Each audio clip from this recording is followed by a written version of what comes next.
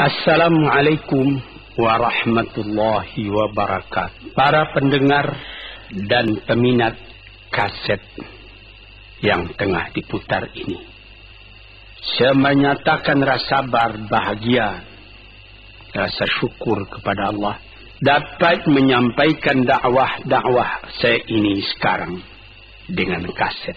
Moga-moga dapat tuan-tuan putarkan, tuan-tuan dengarkan ketika tenang-tenang dengan anak-anak di rumah, atau ketika naik mobil, di mobil-mobil yang dapat memasang kaset dalam perjalanan yang jauh, sehingga kecapean dan kepenatan dalam perjalanan pun hilang karena mendengarkan suara ini.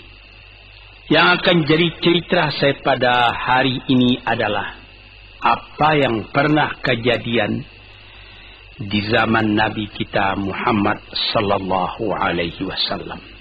Di dalam riwayat ada diceritakan bahwa pada suatu hari, kira-kira pukul 9 pagi sepenggalah matahari naik, Rasulullah sallallahu alaihi wasallam berjalan dari rumahnya, dari biliknya, menuju ke dalam masjid beliau yang mulia di Madinah. Ketika itu biasanya ada juga orang yang sembahyang di masjid, sembahyang sunat duha. Tapi umumnya masyarakat sudah keluar dari rumahnya pagi-pagi, bekerja menurut bidang masing-masing. Yang pergi bertani, yang pergi berniaga, yang pergi mengembalakan unta atau kambingnya. Tinggallah beberapa orang saja. Beliau lihat di sudut masjid ada satu orang pemuda sedang duduk tafakkur termenung. Mukanya kelihatan muram saja, menunjukkan kesedihan yang terpendam di dalam hatinya. Rasulullah mendekat kepada pemuda yang tafakkur itu. Setelah dilihatnya Rasulullah datang, dia pun menengadahkan muka. Rasulullah pun bertanya, "Mengapa di saat begini engkau duduk tafakkur dalam masjid? Dan wajahmu kelihatan ada menampakkan kesedihan atau muram durja. Apakah yang engkau derita sekarang ini?" Jadi pemuda tadi menjawab, "Hazanun lazimatni ya Rasulullah wa duyunun." Artinya, aku ditimpa duka cita ya Rasulullah karena utang. Rupanya orang ini berutang. Utang telah lama, janji sudah dekat, persediaan buat membayar belum ada. Itu yang saya menungkan di sini ya Rasulullah. Dengan senyum Rasulullah menjawab, "Sudikah engkau kalau aku ajarkan kepadamu suatu bacaan? Apabila bacaan ini, yaitu berupa doa, engkau baca pagi-pagi, dan nanti petang-petang pun engkau baca pula dengan hati khusyuk, InsyaAllah hutangmu itu akan terbayar." Tentu pemuda tadi dengan besar hati menjawab, "Tentu ya Rasulullah. Aku senang sekali kalau dapat engkau ajarkan kepadaku apakah doa itu." Lalu Rasulullah membacakan, mengajarkan kepada pemuda itu doa ini. Inilah yang akan saya bacakan pula. Mudah-mudahan kita semuanya dapat pula mengambil bacaan ini menjadi bacaan kita. Kita baca pagi, kita baca petang. Apa bunyinya? Allahumma inni a'udzubika minal hammi wal hazani wa a'udzubika minal ajzi wal kasli, wa a'udzubika minal bukhli wal jubni, wa a'udzubika min ghalabatid daini wa qahrir rijal. Sebelum kita uraikan atau kita tafsirkan artinya satu demi satu, baik kita artikan secara keseluruhan lebih dulu. Artinya ialah, ya Tuhanku, aku berlindung kepada Engkau daripada ini. Lalu disebut 8 banyaknya.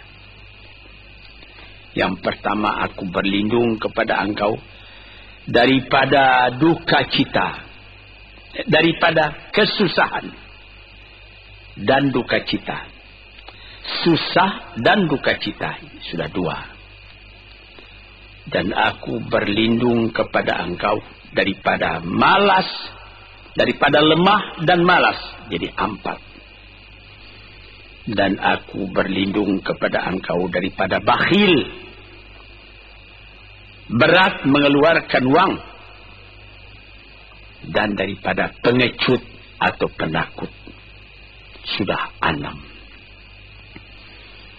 Dan aku berlindung kepada Engkau daripada pengaruh berutang, dan daripada kekuasaan orang lain atas diri kita, sehingga kita tidak mempunyai kemerdekaan pribadi lagi.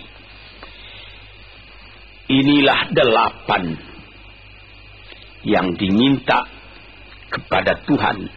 Moga-moga kita jangan diserang oleh penyakit ini. Karena kalau ada ini penyakit yang 8 perkara, itu kita mempunyai pribadi yang lemah.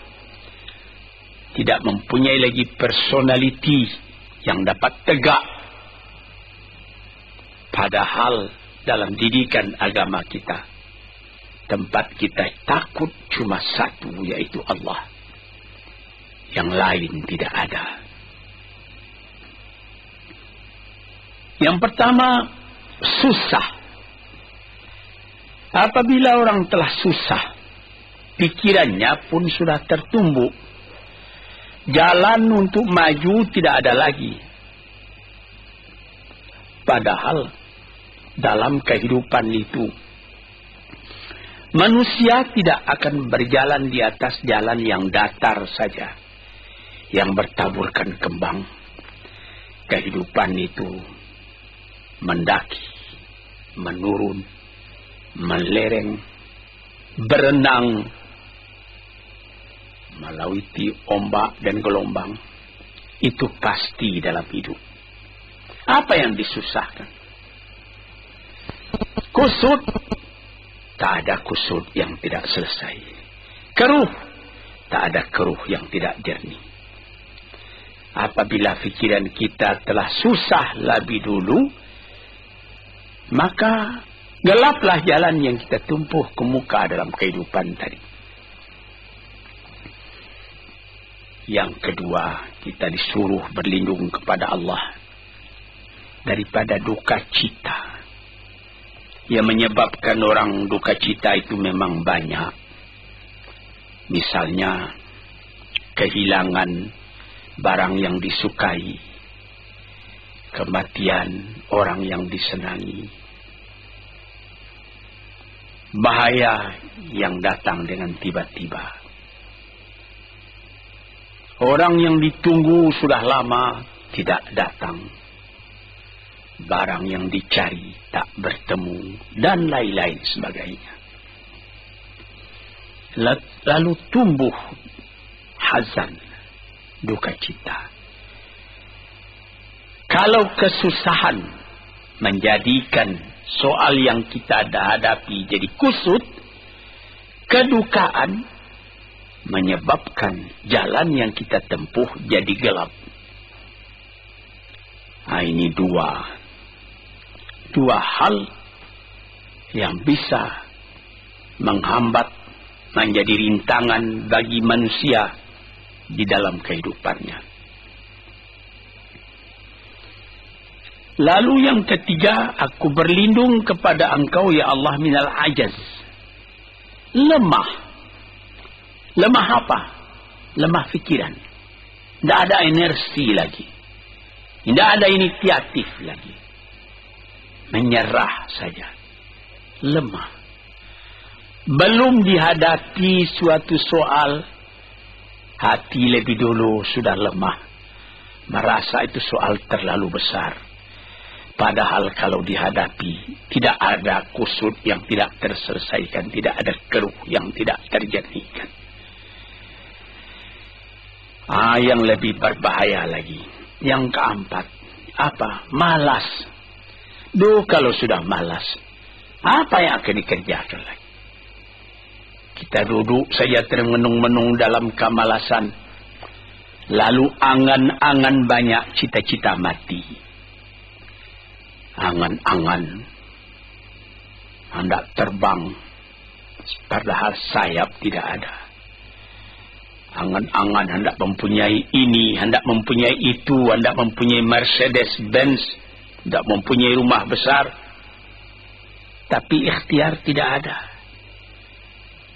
Sebab itu ada pepatah dari orang tua-tua kita di zaman dulu, dikatakannya, mati, ini di zaman penjajahan dulu nih. Mati Belanda karena pangkat katanya. Mati Cina karena kaya katanya. Mati Keling karena makanan katanya. Mati Melayu atau Indonesia karena angan-angan. Ini dia. Angan-angan karena malas saja, berangan-angan. Tapi malas. Jadi tidak jadi. Dan itu membentuk juga kepada diri kita. Orang pemalas itu jalannya lunglai saja, matanya muram saja, tak jauh dia memandang. Ini penyakit. Itu 4 penyakit. Lantas dikatakannya lagi yang nomor 5 dan nomor 6. Wa a'udzubika minal bukhli wal jubni, dan aku berlindung kepada engkau daripada bakhil dan pengecut. Ini lebih berbahaya lagi. Dikumpul-kumpulnya harta banyak-banyak, maksudnya tadi hendak menguasai harta itu. Lama-lama dengan tidak disadarinya, harta itulah yang menguasai dia. Dia menjadi bakhil. Siang malam tidak ada kesenangan, cuma sibuk cari uang.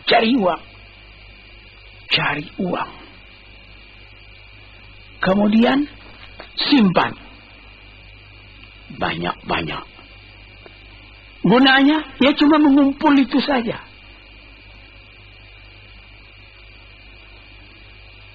Akhirnya, berapa banyaknya orang yang mengumpul harta banyak-banyak, faidahnya tidak didapatnya.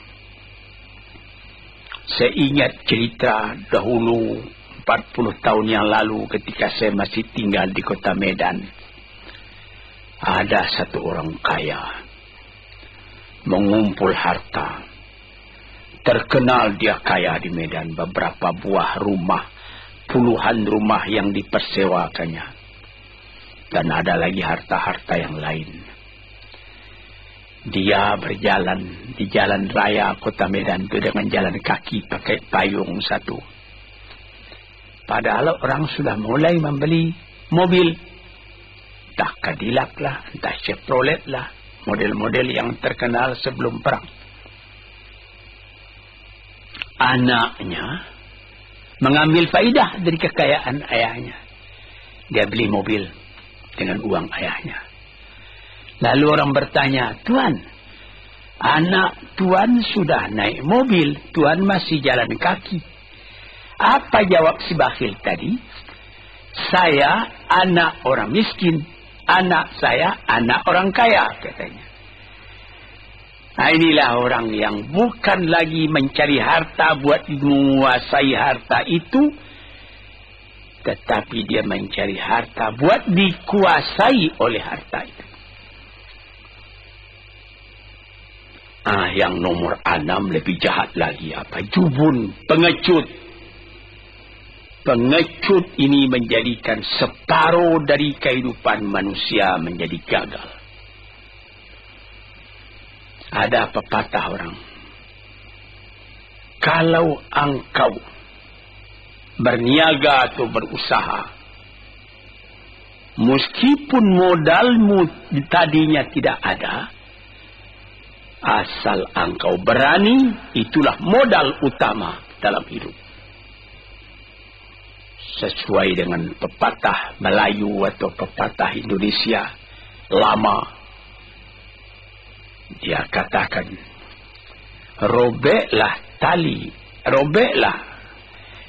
putuslah tali layang-layang, robek kertas tentang bingkai. Hidup jangan mengepalang, tidak kaya berani pakai. Hidup jangan mengepalang, tanggung-tanggung, jangan. Tidak kaya, berani pakai. Keberanian itu adalah modal. Sebab itu, kalau orang rugi berniaga, itu belum rugi. Yang penting berani. Karena adat perniagaan itu tidak saja beruntung, rugi juga kadang-kadang. Tapi kalau keberanian yang hilang, separuh daripada kekayaan tadi sudah habis. Walaupun masih banyak ada, tapi keberanian tidak ada, separuh sudah habis. Akhirnya, walaupun kekayaan besar, tapi kepercayaan hilang, itu namanya habis, tidak ada lagi. Walaupun berjuta yang tinggal dalam tangan, tapi orang tidak percaya. Apa lagi artinya? Sebab itu yang pertama sekali modal itu keberanian menghadapi hidup. Ini 6. Yang ke-7 dan 8, wa a'udzu bika min ghalabati daini wa qahri rijal, dan aku berlindung kepada Engkau ya Ilahi daripada pengaruh utang. Hutang itu, itulah anak muda yang duduk di sudut masjid tadi, dipengaruhi oleh utang. Sampai Rasulullah sendiri pun mengatakan, iyyakum wad-daina. Jagalah supaya kalau sedapat-dapatnya jangan sampai berutang.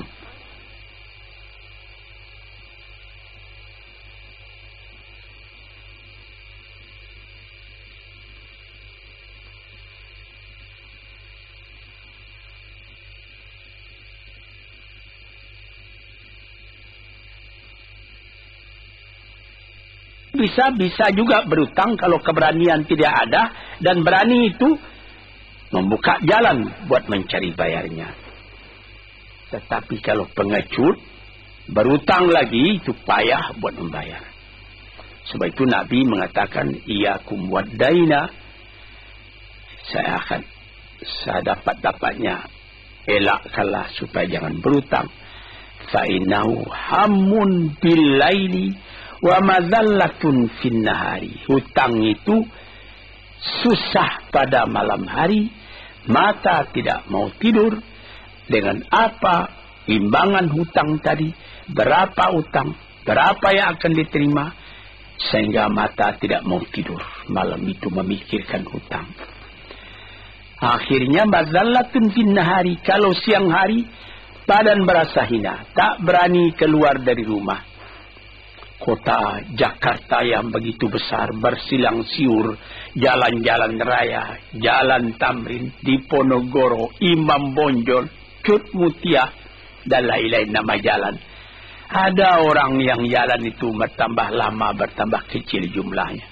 Kalau orang lain mempunyai 100 macam jalan, dia paling tinggi cuma 2 saja jalan yang dapat jalani. Jalan dari rumahnya ke tempat yang tertentu, ke lain dia tidak berani. Kenapa? Karena ada tempat dia berutang. Jadi dikatakan dalam hadis itu, orang berhutang malam tak mau tidur, siang malu sama orang. Takut akan ditanyai, takut akan dicari. Ataupun dia berbenam di rumah, datang orang menunggu piutang. Dia bilangkan kepada pembantunya atau kepada anaknya, katakan bapak tidak di rumah. Anak yang tolol atau pembantu yang tolol menjawab, mana bapak? Dia suruh bilangkan bahwa bapak tidak ada di rumah. Kata anak tadi, bertambah susah. Lantas yang nomor 8, wa qahrir rijal. Kita tidak mempunyai lagi kemerdekaan diri buat menyatakan perasaan kita, karena kita segan kepada orang. Kita terlalu banyak berutang budi kepadanya. Kita terlalu banyak mendapat hadiah daripadanya. Kita terlalu banyak dan lain-lain. Sehingga mulut kita jadi tertutup, tak dapat bercakap lagi. Ditekan oleh hutang budi kepada orang tadi. Kemerdekaan diri tidak ada lagi. Inilah 8 perkara yang ditunjukkan oleh Nabi Sallallahu Alaihi Wasallam kepada pemuda yang duduk tadi. Dapatlah kita mengambil pedoman dalam kehidupan kita sendiri, bahwa yang amat penting lebih dahulu ialah kemerdekaan jiwa. Kalau sekiranya di dalam negara yang telah merdeka, kita sama sekali menyorakkan, meliuk lambaikan kemerdekaan di mana saja kita pergi. Tapi banyak orang yang lupa negaranya telah merdeka, dirinya sendiri telah menjadi terjajah. Bukan Belanda, karena Belanda sudah lebih 30 tahun pergi meninggalkan negeri ini. Dan bukan bangsa yang lain, tapi penjajahan yang datang daripada sifat-sifat yang lemah yang kita katakan tadi. Kesusahan. Kalau kesusahan kita perturutkan, jalan yang kita tempuh menjadi buntu. Kita tak tahu lagi kemana akan pergi. Susah. Pagi susah, malam susah. Sehingga kusut benang itu tak tahu lagi jalan keluar. Padahal pangkal dari kesusahan itu bukan dari luar, tapi dalam jiwa kita sendiri, dalam dada kita sendiri. Yang kedua, dikatakan duka cita. Saya teringat kepada satu pantun Melayu atau pantun Indonesia. Dikatakannya, kalau berpiduk jangan bermenung, kalau bermenung riak pun tiba, kalau duduk jangan termenung, kalau termenung hati pun iba. Kalau hati sudah iba, jalan tertumbuk. Sampai ada juga pepatah nenek moyang kita, hati yang marah mendorongkan, hati yang hibah menjauhkan. Sebab itu haruslah kita bersedia membesarkan jiwa kita sendiri. Marfu'ar ra's, maufurul kiramah. Kepala terangkat, harga diri dijaga. Itu. Kemudian dikatakan yang kedua, al-ajaz, lemah, al-kasal, malas. Kelemahan ini juga ada yang karena penyakit. Kenapa lemah saja? Kenapa tiap-tiap pekerjaan yang dihadapi pesimis yang timbul sehingga timbul malas? Kalau perlu, kita pergi kepada dokter, terutama psikiater. Kita tanyai, di mana segi kelemahan ini? Karena kelemahan jiwa, kemalasan, malas dan lemah itu dari jiwa pangkalnya. Ahli-ahli ilmu kesehatan yang telah mendalam mengetahui hubungan antara rohani dengan jasmani kita, sehingga timbul ilmu yang dinamai psikosomatik atau psikoterapi, menganalisa jiwa dari mana seginya, maka timbul lemah, maka timbul malas. Di sini kita memerlukan kuatnya energi.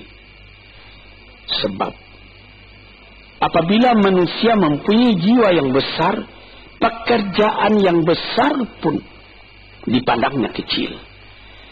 Tetapi apabila manusia mempunyai jiwa yang kecil, pekerjaan yang kecil pun dipandangnya besar.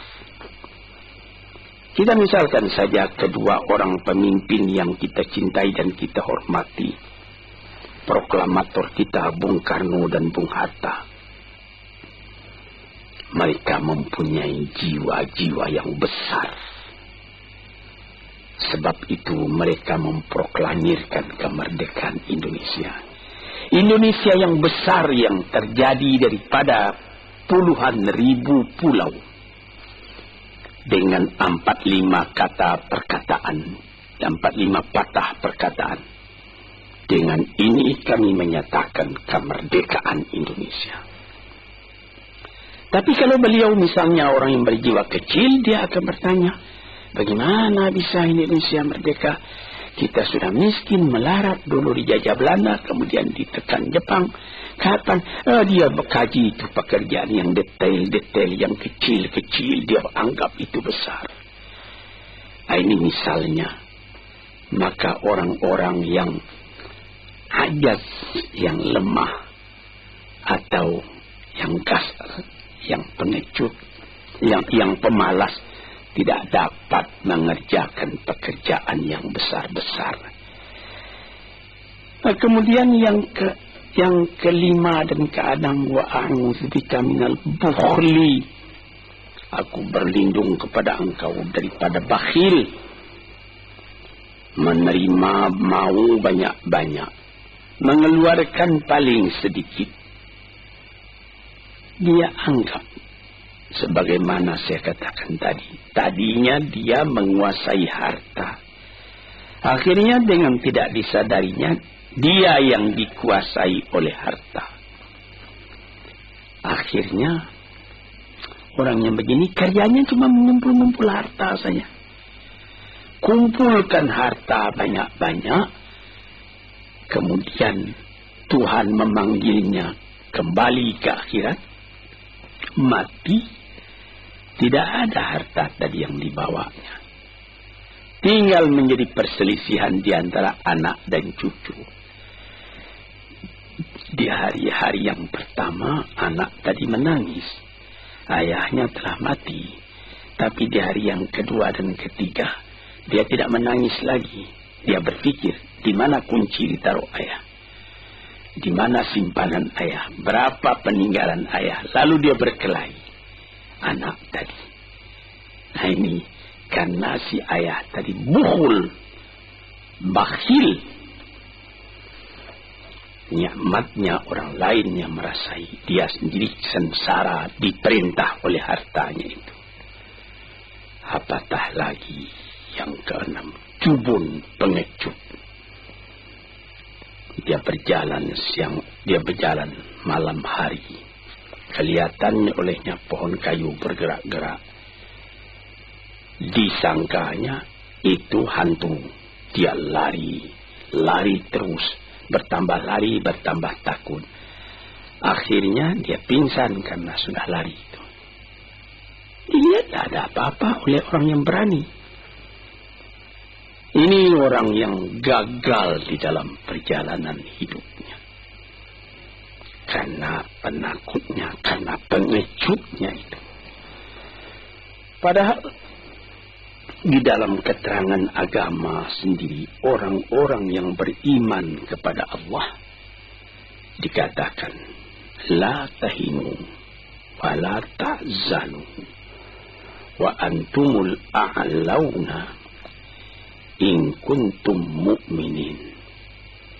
Jangan engkau merasa lemah, jangan engkau merasa duka cita, jangan engkau merasa pengecut. Engkau tinggi kalau engkau beriman kepada Allah Subhanahu wa ta'ala. Dengan iman kepada Allah Ta'ala itu kita melihat alam dalam keindahannya, dalam kekecilannya. Yang besar cuma Allah.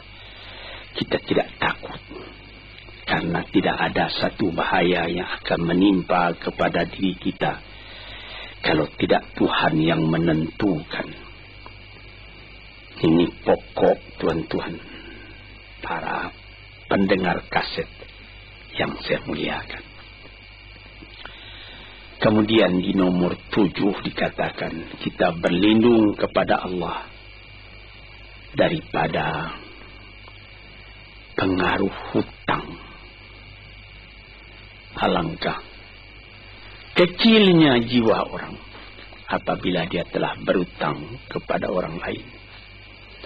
Dibikin janji tanggal sekian akan dibayar, tanggalnya sudah dekat, persediaan belum ada, lalu timbul kecil jiwa sekali lagi.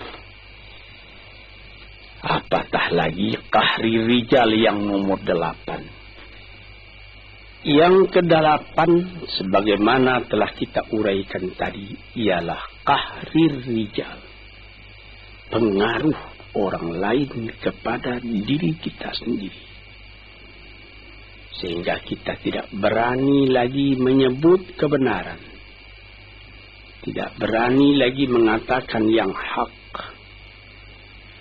Lidah telah tertutup, mulut telah penuh dengan air sehingga tidak dapat dibuka lagi.